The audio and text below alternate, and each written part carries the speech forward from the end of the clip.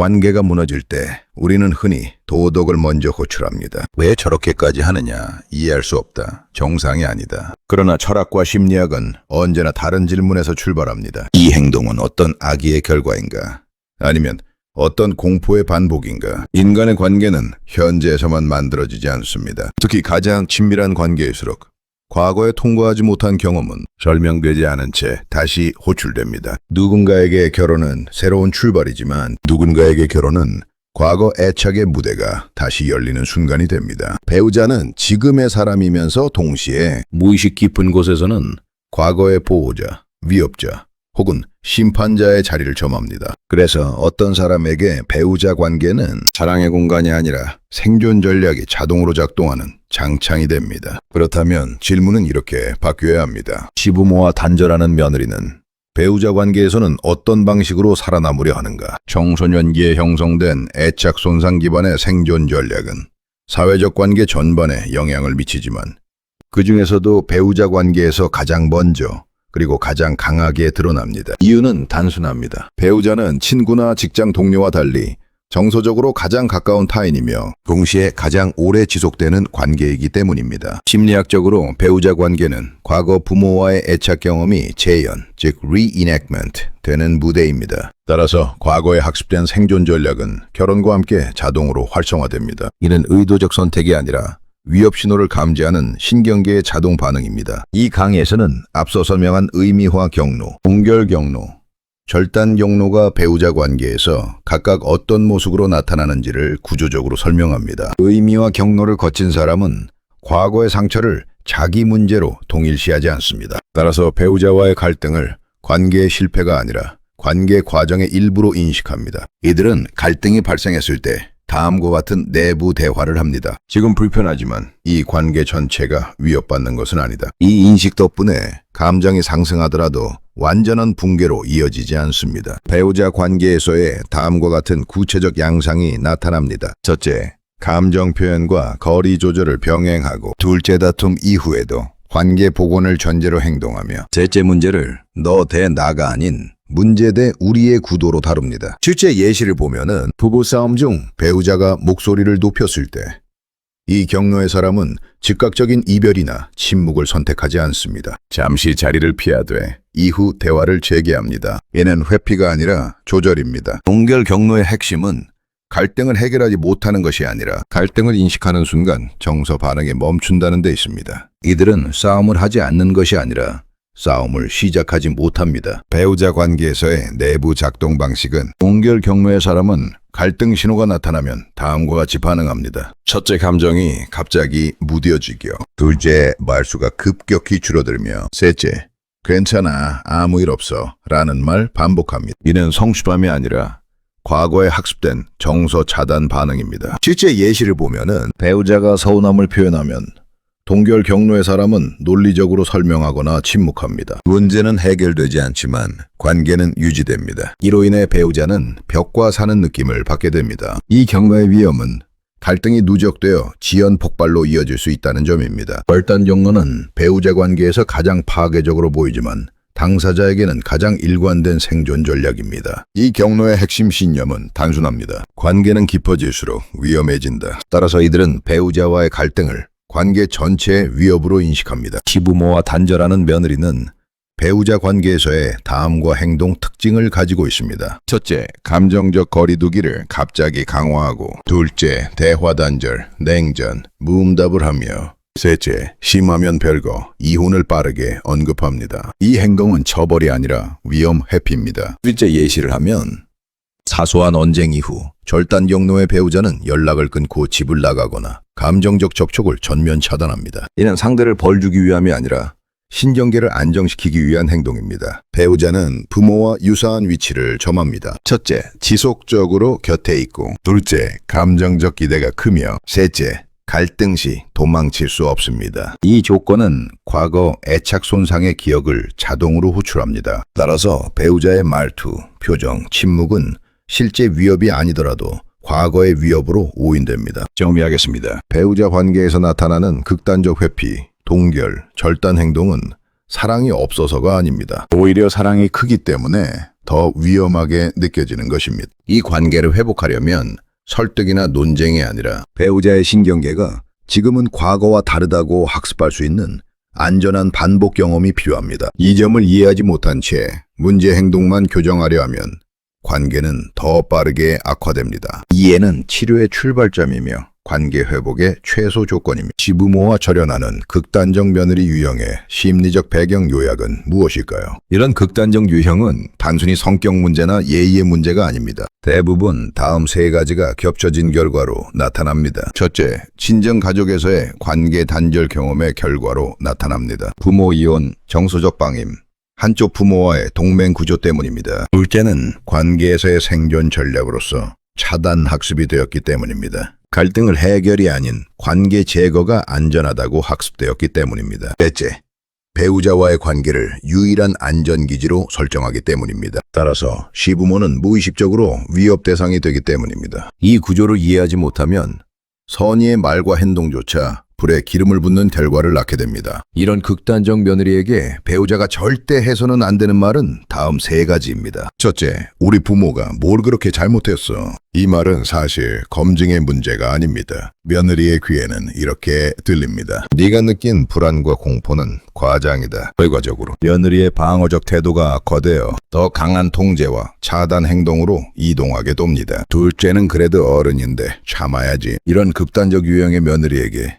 참음은 과거의 자기 붕괴를 초래한 기억과 연결됩니다. 따라서 결과적으로 남편을 적진영으로 다시 분류하게 됩니다. 부부관계의 감정적 이혼의 시작이 됩니다. 셋째, 내가 중간에서 잘해볼게. 겉으로는 중개처럼 보이지만 실제로는 삼각관계 고착화입니다. 그 결과로서 며느리는 남편을 완전히 자기 편으로 끌어들이려는 압박을 강화하고 시부모를 점점 배제하게 돕니다. 이런 극단적 유형의 며느리에게 시부모가 절대 해서는 안 되는 말은 다음과 같습니다. 첫째, 우리는 너를 가족으로 생각했는데. 이 말은 감사 요청이 아니라 정서적 채무 청구로 인식됩니다. 그 결과로서 며느리는 즉시 관계를 끊어야 할 대상으로 다시 분류합니다. 둘째, 네 친정은 그렇게 안 가르쳤니? 가장 치명적인 언어입니다. 며느리의 가장 취약한 상처 지점을 직접 공격하는 것입니다. 그 결과로서 즉각적인 전화 차단, 완전 절연을 하고 이후 회복 가능성 급감하게 됩니다. 셋째 아들 통해서 말하면 되잖아. 이미 이 유형에게 아들은 정서적 방패이자 통제 대상입니다. 그 결과로서 아들에 대한 감정이 폭발하게 되고 부부싸움이 만성화됩니다. 배우자와 시부모가 절대 해서는 안 되는 행동은 다음과 같습니다. 첫째, 설명하려고 하지 말아야 합니다. 이 유형은 설명을 수용하는 상태가 아닙니다. 설명은 설득이고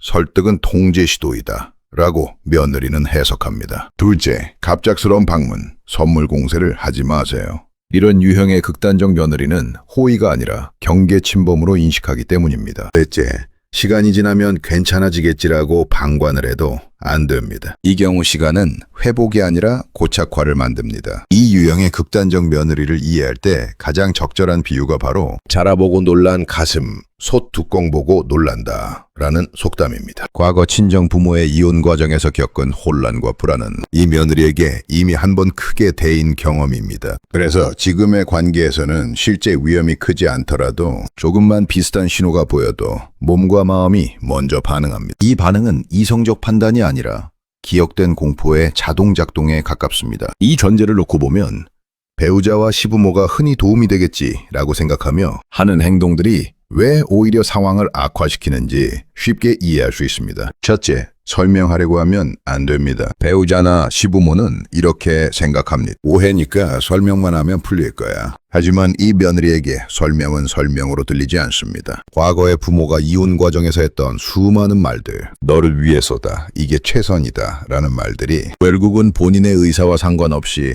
상황에 밀어붙여졌던 기억으로 남아있기 때문입니다. 그래서 지금의 설명은 며느리의 귀에는 네가 느끼는 건 틀렸다, 우리가 정답을 알려주겠다는 통제의 신호, 즉 솥뚜껑처럼 보입니다. 이미 자라에 놀란 가슴은 그 솥뚜껑만 봐도 다시 움츠러들 수밖에 없습니다. 둘째, 갑작스러운 방문이나 선물 공세 역시 위험합니다. 시부모 입장에서는 호의일 수 있습니다. 우리는 적이 아니다, 잘 지내고 싶다는 표현일 수 있습니다. 그러나 이 며느리에게는 예고 없는 접근 자체가 과거의 불안한 장면을 되살리는 계기가 됩니다. 친정부모의 갈등이 심해지던 시절 본인의 의사와 상관없이 상황에 밀고 들어왔던 기억이 겹치기 때문입니다. 그래서 선물은 따뜻함이 아니라 경계선을 넘어오려 한다는 신호로 인식됩니다. 자라를 본 적 있는 사람에게는 소뚜껑조차 위협으로 보이든 말입니다. 셋째, 시간이 지나면 괜찮아지겠지라며 방관하는 것도 해서는 안 됩니다. 일반적인 갈등에서는 시간이 감정을 식혀주기도 합니다. 그러나 이 유형에게 시간은 회복이 아니라 굳어짐의 시간입니다. 아무 일도 일어나지 않는 동안 역시 관계는 위험하다. 거리를 두는 게 안전하다는 믿음이 점점 더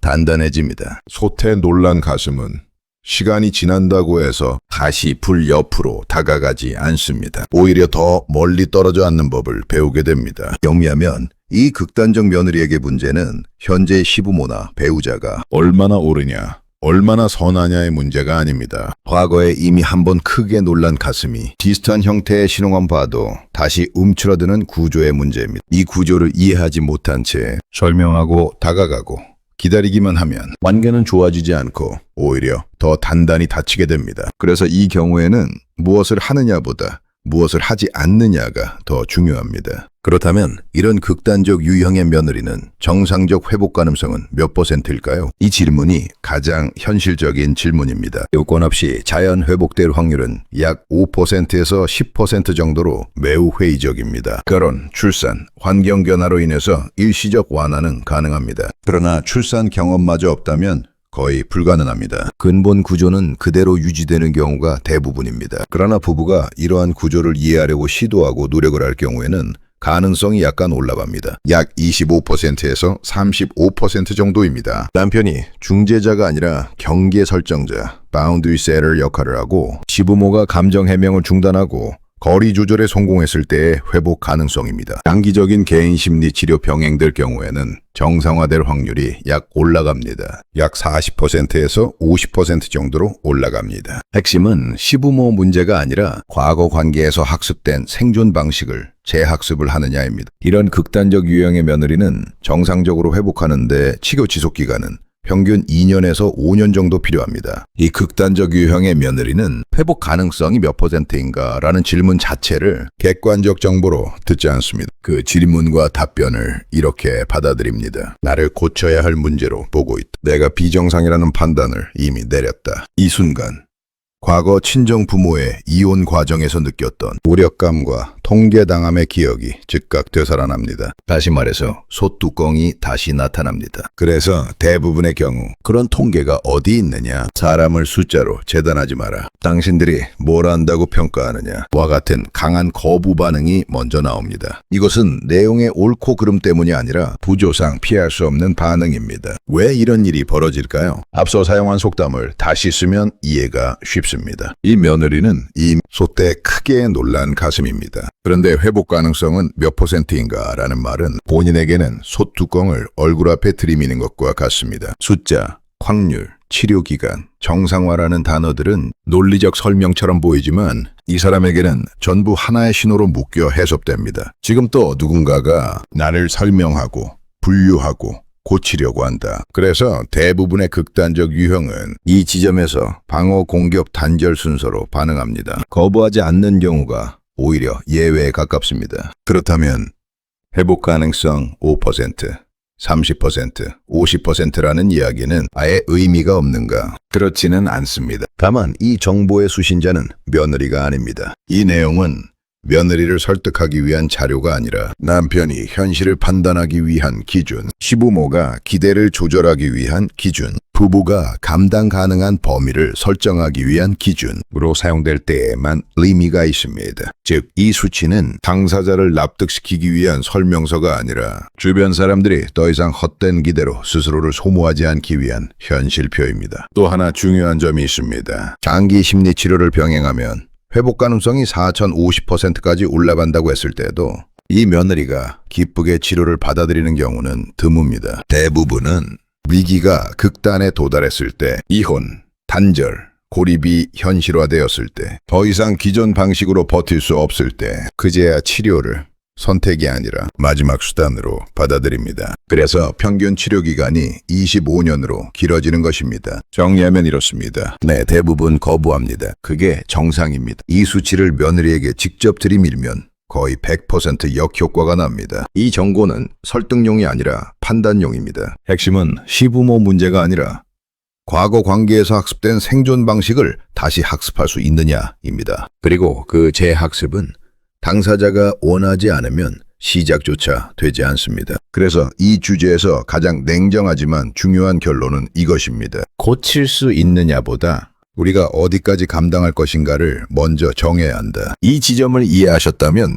이미 가장 어려운 핵심은 정확히 짚으신 것입니다. 회복이 거의 불가능한 경우도 약 40%에서 50%는 구조가 고착화됩니다. 이런 극단적 유형의 며느리를 정상적으로 회복하는데 다음 조건이 겹칠수록 회복 확률은 급격히 낮아집니다. 첫째, 친정 부모와의 해결되지 않은 갈등이 있을 경우 회복 확률은 급격히 낮아집니다. 둘째, 배우자에 대한 강한 통제 욕구를 할 경우에 회복 확률은 급격히 낮아집니다. 셋째, 나는 피해자다 라는 서사가 고착화되는 경우 회복 확률은 급격히 낮아집니다. 넷째, 상담 자체를 거부하거나 중단하는 경우에는 회복 확률은 급격히 낮아집니다. 이 유형의 며느리는 나쁜 사람이 아니라 관계를 끊는 법만 배운 사람입니다. 그러나 중요한 사실은 이것입니다. 이해한다고 해서 모두가 감당해야 할 의무는 없다. 회복을 돕는 것과 가족 전체가 무너지는 것을 방관하는 것은 전혀 다른 문제입니다. 그렇다면 여기서 배우자는 가족 체계 전체의 붕괴를 어디까지 허용할 것인가에 대한 현실적 판단 문제를 판단해야 합니다. 그렇다면 여기서 한 가지 현실적인 질문을 던져봅니다. 이런 극단적인 며느리를 둔 시부모는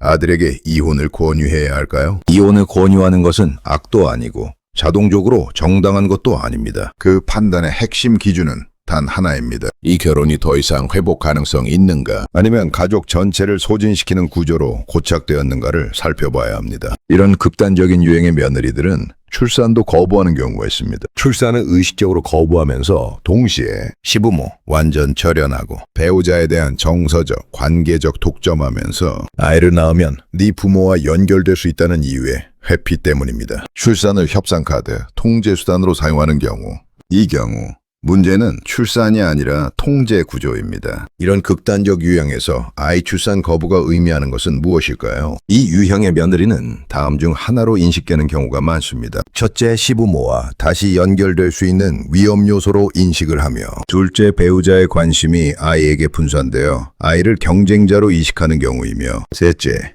자신의 불안정한 내면이 드러날 수 있는 존재로 인식할 수도 있습니다. 넷째, 관계를 묶어두기 위한 협상수단으로 인식하는 경우입니다. 즉, 아이를 원하지 않는다는 말의 이면에는 이 관계 구조를 흔드는 모든 것을 차단하겠다는 메시지가 숨어있는 경우가 많습니다. 그렇다면 시부모가 아들에게 이혼을 권유해도 되는 조건은 무엇인가? 다음 조건이 여러 개 겹칠 경우 이혼 권유는 도덕적으로도 현실적으로도 정당한 개입이 될 수 있습니다. 첫 번째 조건은 아들이 지속적인 심리적 소진 상태에 빠져서 만성 우울감이 빠져있고 무력감이 들고 부모와의 관계를 끊어야만 결혼이 유지되는 구조로 내가 잘못된 것 같다는 자기 비난에 내면화된 경우에는 이혼 권유가 도덕적으로도 현실적으로도 정당한 개입이 될 수 있습니다. 두 번째 조건은 며느리가 치료, 상담, 구조, 조정을 전면 거부하여 문제 인식 자체를 전면 부정하고 모든 책임을 외부로 전가하며 내가 변할 이유는 없다는 사고방식으로 고착화되는 경우에는 이혼 권유가 도덕적으로도 현실적으로도 정당한 개입이 될 수 있습니다. 세 번째 조건은 출산 거부가 미래를 함께 설계하지 않겠다는 선언으로 아이도 확장 가족도 장기적 삶의 그림도 없고 현재의 통제 구조만 유지하려는 태도를 고집할 때는 이혼 권유가 도덕적으로도 현실적으로도 정당한 개입이 될 수 있습니다. 네 번째 조건은 결혼이 더 이상 부부관계가 아니라 며느리 한 사람만의 불안을 지탱하기 위한 장치로만 기능할 때는 이혼 권유가 도덕적으로도 현실적으로도 정당한 개입이 될 수 있습니다. 이 조건이 충족된다면 이혼 권유는 포기가 아니라 아들을 보호한다 라고 생각해야 합니다. 이 지점에서 중요한 관점 전환이 필요합니다. 이혼을 권유하는 것은 며느리를 버리자는 말이 아니라 아들이 무너지는 것을 멈추자는 결정일 수 있습니다. 특히 부모가 다음을 분명히 할 경우 이혼 권유는 폭력이 아닙니다. 첫째, 강요하지 않는다. 둘째 선택은 아들에게 맡긴다. 셋째, 감정적 압박이 아니라 현실 구조를 설명할 때는 이혼 권유는 폭력이 아닙니다. 그러나 부모가 해서는 안 되는 이혼 권유 방식은 다음과 같습니다. 다음 방식은 오히려 아들을 더 고립시킵니다. 걔는 사람이 아니다. 우리 집안을 망쳤다. 당장 헤어져라. 이런 말은 아들로 하여금 며느리에게 더 매달리게 만드는 역효과를 냅니다. 가장 바람직한 이혼 권유는 어떤 것이 있을까요? 우리는 네 결혼을 깨고 싶어서가 아니라 네가 이 관계 안에서 점점 사라지는 것이 걱정된다. 선택은 네 몫이지만 시부모와 단절하는 구조가 정상적인 결혼은 아니라는 점만은 분명히 말해주고 싶다. 이것은 개입이 아니라 현실 인식 제공입니다. 아이를 거부하며 관계 전체를 통제하는 구조는 충분한 이혼 고려 사유입니다. 시부모가 감당할 수 없을 정도로 구조가 파괴적일 경우 아들에게 이혼을 권유하는 것은 비윤리적이지 않습니다. 단 강요가 아닌 판단 자료 제공이어야 합니다. 현대사회는 과거보다 다음과 같이 관계 유지 비용이 훨씬 높습니다. 여성의 경제적 독립과 핵가족화와 법적, 제도적 이혼의 안정성 등입니다. 고대 사회에서는 관계를 끊는 것이 생존 위협이었으나 현대에는 관계 단절이 가능하고 때로는 합리적인 선택이 되었다. 여기에 청소년기 트라우마가 결합되면 단절은 병이 아니라 최적화된 선택처럼 느껴지기 때문입니다. 공자는 효는 강요가 아니라 내적 화합에서 나온다. 강제된 효는 오히려 인연을 해친다고 했습니다. 부처님은 집착은 고통의 원인이다. 관계도 집착이 들면 끊어야 할 대상이 된다고 했습니다. 스토아 철학은 통제 가능한 것과 불가능한 것을 구분하라. 타인의 가족 문화는 통제 대상이 아니다 라고 했습니다. 이 관점에서 보면 극단적 며느리는 도덕적 일탈자가 아니라 관계 고통을 최소화하려는 실존적 선택 자이기 때문입니다. 이 현상은 병도 유전도 아니다. 통과되지 못한 바르도 해석되지 않은 상처 그리고 변화한 사회 구조가 만난 결과다. 해결의 출발점은 비난이 아니라 이해이며 강요가 아니라 안전한 재해석의 기회를 제공하는 데 있습니다. 이제 우리는 이 긴 논의의 마지막 문턱에 서 있습니다. 이 지점에서 반드시 분명히 해야 할 것이 있습니다. 이 강의는 누군가를 이해하자는 이야기로 시작했지만 모든 것을 감당하라는 이야기로 끝나지 않습니다. 철학은 언제나 이해와 한계를 동시에 요구합니다. 이해는 타인의 고통을 해석하는 능력이지만 한계는 자기 삶을 보호하는 책임이기 때문입니다. 지금까지 우리는 극단적으로 시부모와 단절하는 며느리라는 현상이 병리도, 유전도, 단순한 인성 문제도 아니라는 점을 살펴보았습니다. 그것은 청소년기라는 심리적 바르도에서 설명되지 못하고 통과되지 못한 공포와 불안이 성인기 관계에서 가장 일관된 생존 전략으로 재현된 결과였습니다. 이 사실을 이해하는 것은 중요합니다. 그러나 이 이해가 곧바로 다음의 결론으로 이어져서는 안 됩니다. 그러니 모두가 참고 버텨야 한다. 이것은 철학이 아니라 자기 소진입니다. 불교는 고통의 원인을 이해하라고 가르쳤지 고통 속에 머물라고 가르치지 않았습니다. 공자는 관계의 조화를 말했지 한 사람의 붕괴 위에 세워진 효를 요구하지 않았습니다. 스토아 철학 역시 감내를 미덕으로 삼았지만 통제 불가능한 파괴 구조에 자신을 묶어두라고 말하지는 않았습니다. 그래서 이 강의의 마지막 질문은 불편하지만 피할 수 없습니다. 이 관계는 여전히 회복 가능한 구조인가? 아니면 가족 전체를 소진시키는 장치로 고착되었는가? 이 질문은 며느리를 심판하기 위한 질문이 아닙니다. 아들을 보호하기 위한 질문이며 가족체계 전체의 붕괴를 어디까지 허용할 것인가에 대한 현실적이고 윤리적인 판단의 문제입니다. 이 지점에서 시부모가 아들에게 이혼을 권유하는 행위는 선악의 문제가 아닙니다. 그것은 개입의 문제이며 개입 역시 조건과 방식에 따라 폭력이 될 수도 보호가 될 수도 있습니다. 강요는 폭력입니다. 감정적 비난은 폭력입니다. 그러나 구조를 설명하고 선택권을 남겨두며 이 결혼이 너를 살리고 있는가 아니면 소진시키고 있는가를 정직하게 묻는 것은 폭력이 아닙니다. 이 강의가 반복해서 강조해온 핵심은 이것입니다. 극단적 단절을 선택한 며느리는 나쁜 사람이 아니라 관계를 끊는 법만 배운 사람일 가능성이 크다는 점. 그러나 동시에 그 생존 전략을 모든 가족 구성원이 끝없이 감당해야 할 의무는 없다는 점입니다. 이해와 감당은 다릅니다. 공감과 허용은 다릅니다. 시유를 돕는 것과 가족 전체가 무너지는 것을 방관하는 것은 전혀 다른 선택입니다. 마지막으로 이 강의는 이렇게 정리될 수 있습니다. 문제는 시부모도 며느리도 아닙니다. 문제는 통과되지 못한 바르도가 현재의 관계를 지배하고 있는 구조입니다. 그리고 그 구조를 유지할 것인지 멈출 것인지는 이제 더 이상 도덕적 비난이 아니라 현실적 판단의 영역에 속합니다. 이 영상을 여기까지 시청하셨다면 당신은 이미 단순한 편가르기를 넘어 구조를 이해하려는 시선에 도달해 있습니다. 이 논의가 누군가에게는 잘못된 죄책감을 내려놓는 계기가 되기를, 누군가에게는 결단을 미루지 않게 하는 기준이 되기를 바랍니다. 이러한 관점이 의미 있다고 느끼셨다면 구독과 공유를 통해 더 많은 분들과 이 논의를 나눠주시기 바랍니다. 관계는 감정으로 시작되지만 지속은 이해와 판단 위에서만 가능하기 때문입니다. 이제 다음 영상에서는 한 걸음 더 구조의 안쪽으로 들어갑니다. 왜 어떤 며느리들은 시어머니와의 갈등을 직접 해결하지 않고 친정어머니를 끌어들여 의도적으로 충돌시키는가? 왜 이 행동은 단순한 고자질이나 미성숙의 문제가 아니라 가족 체계 전체가 작동하는 삼각화 구조의 결과인가? 다음 아부에서는 며느리 친정어머니 시어머니 사이에서 반복되는 이 파괴적 구도의 심리적 보상과 학습된 관계 기술을 가족 체계 이론과 실제 사례를 통해 구조적으로 해부합니다. 시부모와 단절하는 며느리 5부에서 계속됩니다.